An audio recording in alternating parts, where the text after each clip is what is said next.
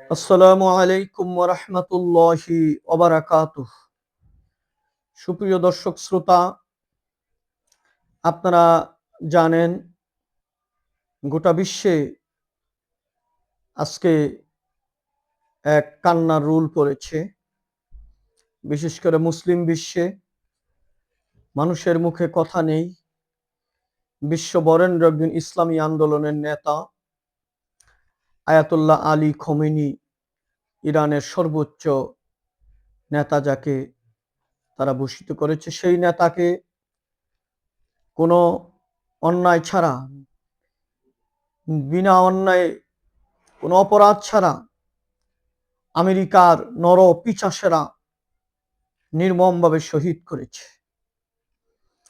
এই নরপিশাচ আমেরিকা, তারা মানবতার কথা বলে, তারা বিভিন্ন দেশে দেশে জঙ্গিবাদ আবিষ্কার করে, কিন্তু তারা নিজেরা যে বড় জঙ্গি, পৃথিবীর শ্রেষ্ঠ জঙ্গি আমেরিকা, এই কথা বলার মতো অধিকার এই পৃথিবীর কারো মানুষের নাই। সৌদি আরব সহ আরব বিশ্ব তাদেরকে আশ্রয় দিয়েছে, তাদের দেশে বিমান ঘাঁটি করেছে। লজ্জা লাগে। এটা কি সেই রাসূল সাল্লাল্লাহু আলাইহি ওয়াসাল্লামের রাষ্ট্র, যেখানে নবীজি বড় হয়েছেন? আজ আমি পরিষ্কার জানিয়ে দিতে চাই, গোটা বিশ্ব যারা চুপ করে আছেন, গোটা বিশ্বের জনগণগুলো চোখের পানি জর্জর করে ছাড়ছে, আর রাষ্ট্রপ্রধান যারা রাষ্ট্রীয় ক্ষমতায়, তাদের মুখে কোনো কথা নাই। সৌদি আরব, বাহরাইন, কাতার, আরব আমিরাত, এই সমস্ত শাসকেরা, তাদের বিলাসবহুল জীবন ধ্বংস হয়ে যাবে আমেরিকার বিরুদ্ধে গেলে। এই জন্য তারা কথা বলে না। একটা মুসলিম রাষ্ট্রকে এইভাবে করে আঘাত করছে, তাদের মুখে কোনো কথা নেই। আজ এই সৌদি প্রেসিডেন্ট, সে হচ্ছে বিশ্বের একটা নরকীট। এই সালমান, ও হচ্ছে একটা জানোয়ার। এদের রক্ত হালাল হয়ে গেছে। এই বিভিন্ন দেশের রাষ্ট্রপ্রধান যারা আছে সৌদি অঞ্চলে, আরব অঞ্চলে, ইরানের উচিত এই রাষ্ট্র প্রধানগুলোকে ধরে ধরে হত্যা করতে হবে। এদেরকে হত্যা করলে আমেরিকার ঘাঁটি এখান থেকে উঠে যাবে। এরা মুসলিম নামের কলঙ্ক। এরা রাসূল সাল্লাল্লাহু আলাইহি ওয়াসাল্লামের দেশে তারা অপমানিত করেছে রাসূল সাল্লাল্লাহু আলাইহি ওয়াসাল্লামকে। এই ইরানের মাটিতে শিশু, বাচ্চা, হাসপাতালে রোগী পর্যন্ত রেহাই পাচ্ছে না। আমি আমাদের দেশের নব প্রধানমন্ত্রীকে বলবো, আপনি একটা মুসলিম রাষ্ট্রের প্রধান হয়ে আপনি এই নিন্দা জানাইতে পারলেন না। আপনারা তাকিয়ে থাকেন আমেরিকার দিকে, আপনারা তাকিয়ে থাকেন ভারতের দিকে। তাদেরকে অসন্তুষ্ট করলে ক্ষমতা চলে যাবে।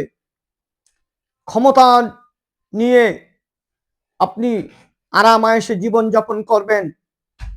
এদেশের 18 কোটি মুসলমান, প্রতিটি মুসলমান ইরানের জন্য চোখের পানি ছাড়ছে এবং প্রতিবাদে জেগে উঠছে। আপনি আপনি তো প্রধানমন্ত্রী হয়েছেন, আপনি গতকালকে একটা বিবৃতি দিয়েছেন, এটা ধিক্কার জানাই। আমেরিকাকে একটু নিন্দা জানাইতে পারলেন না? বাংলাদেশ জামাত ইসলামী ঢাকা শহর কাঁপিয়ে দিয়েছে। মিছিলে মিছিলে, প্রতিবাদে বাংলাদেশ জামাত ইসলামী রাজপথ কাঁপিয়ে দিয়েছে। এটা এই দেশের জনগণের আকাঙ্ক্ষা। বাংলাদেশ জামাত ইসলামী সঠিক টাকে কথা বলছে, কাজ করছে। আপনি আমেরিকার দিকে, ভারতের দিকে তাকিয়ে আছেন। তারা অসন্তুষ্ট হলে আপনার ক্ষমতা চলে যাবে। আপনারা কিসের মুসলমান? আপনাদেরকে মুসলমান বলে কে? মুসলিম রাষ্ট্র, এক মুসলিম আরেক মুসলমানের একটা দেহের মতো।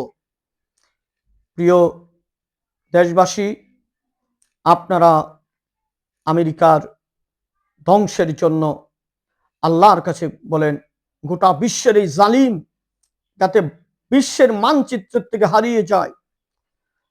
আর সবচেয়ে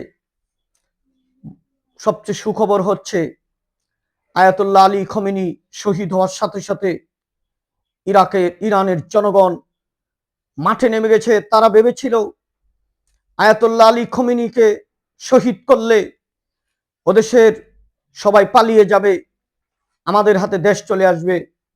ওই বিশ্বের সর্বনিকৃষ্টতম ব্যক্তি আলী রেজা পাহলভি,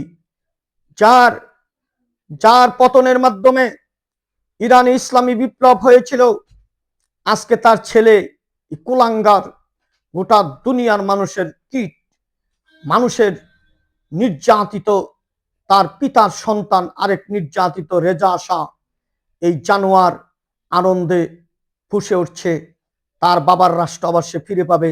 আমেরিকা তাকে পুতুল সরকার বসাবে, সেটা সম্ভব না। আমেরিকা পালিয়ে যাচ্ছে। আমেরিকার সৈনিকেরা তাদের জায়গা থেকে পালিয়ে বিভিন্ন ভবনে আশ্রয় নিয়েছে, সেখানেও ইরান হামলা করেছে। শত শত সৌদি এবং বাহরাইন, কাতার, এই সমস্ত রাষ্ট্রে যেখানে যেখানে আমেরিকার ঘাঁটি আছে সেখানে তছনছ করে দিচ্ছে। ইসরায়েল তছনছ হয়ে যাচ্ছে, মুড়ির মতো ইসরায়েলে মিসাইল ছোড়া হচ্ছে। ইসরায়েল দিশেহারা হয়ে তারা বাংকারে আশ্রয় নিয়েছে। সৌদি আরবের যেই আমেরিকার সৈনিকেরা আশ্রয় নিয়েছিল তাদের ঘাঁটি ছেড়ে বিভিন্ন ভবনে, সেই ভবনগুলো ইতিমধ্যে ধ্বংস করে দেওয়া হয়েছে। সৈনিক সহ দুনিয়ার থেকে বিদায় হয়েছে কুকুরের মতো। এইভাবে করে আলী রেজা শাহ, এই জানোয়ার, এই রেজা শাহ পাহলভি, এই জানোয়ার যে স্বপ্ন দেখছে সেটা হবে না। আমেরিকা ভেবেছিল আয়াতুল্লাহ আলী খমেনিকে শহীদ করলে এদেশে আলী রেজা শাহ লোকেরা মাঠে নেমে যাবে আর সে রাষ্ট্র দখল করবে। একটা রেজা শাহ লোক ইরানে খুঁজে পাওয়া যাচ্ছে না, সবাই পালিয়ে গেছে। আর আয়াতুল্লাহ খমেনি রহমাহুল্লাহ ওনাকে শহীদ করার সাথে সাথে কোটি কোটি ইরানি জনগণ মাঠে নেমে গেছে। এখন ইরানের আয়াতুল্লাহ আলী খমেনির দল ছাড়া, তাদের লোক ছাড়া, ইসলামের পক্ষের লোক ছাড়া মাঠে কোনো লোক নেই। তারা যেই চিন্তা করেছিল সেটা ব্যর্থ হয়েছে। ইমাম আয়াতুল্লাহ আলী খমেনি তিনি যাবেন, আরেক খমেনি আসবেন, এইভাবে করে জায়গা পূরণ হবে। এটা রেজিম চেঞ্জ এভাবে হবে না, কারণ তার ভক্তরা মাঠে তারা পাগলের মতো ছুটে চলছে। আমেরিকাকে যেখানে পাচ্ছে সেখানে কুকুরের মতো পিটাচ্ছে। গোটা আরব অঞ্চলে যেখানে আমেরিকার ঘাঁটি আছে সেখানে তাদেরকে কুকুরের মতো পিটিয়ে রাস্তায় ফেলে রাখছে, তাদের সৈনিকগুলো কুকুরের মতো পিটাচ্ছে। আপনারা হতাশ হবেন না দেশবাসী, আপনারা দোয়া করেন। আমাদের রাষ্ট্র আজকে এই পরিস্থিতিতে, রাষ্ট্রে আমাদের আমেরিকার বিরুদ্ধে একটা নিন্দা প্রস্তাব দেওয়ার মতো রাষ্ট্র, সেই রাষ্ট্র আমাদের নেই। আমরা ওই আমেরিকা, ভারতের দিকে আমাদের রাষ্ট্ররা তাকিয়ে থাকে, তাদের মুখের দিকে তাকিয়ে থাকে নির্লজ্জের মতো। এদেশ ইরান কোনোদিন ধ্বংস হবে না। যে ইরানে অলি আউলিয়ারা আছে, নবীজির কবর আছে, ইরান ধ্বংস হবে না। আমেরিকা ইতিমধ্যেই পিছু হটতেছে, সৈনিকগুলো বিভিন্ন জায়গা থেকে পালিয়ে যাচ্ছে। তা বিজয় সুনিশ্চিত, আল্লাহর দ্বীনের বিজয় অবশ্যই হবে। ইনকিলাব জিন্দাবাদ। আসসালামু আলাইকুম ওয়া রাহমাতুল্লাহি ওয়া বারাকাতুহু।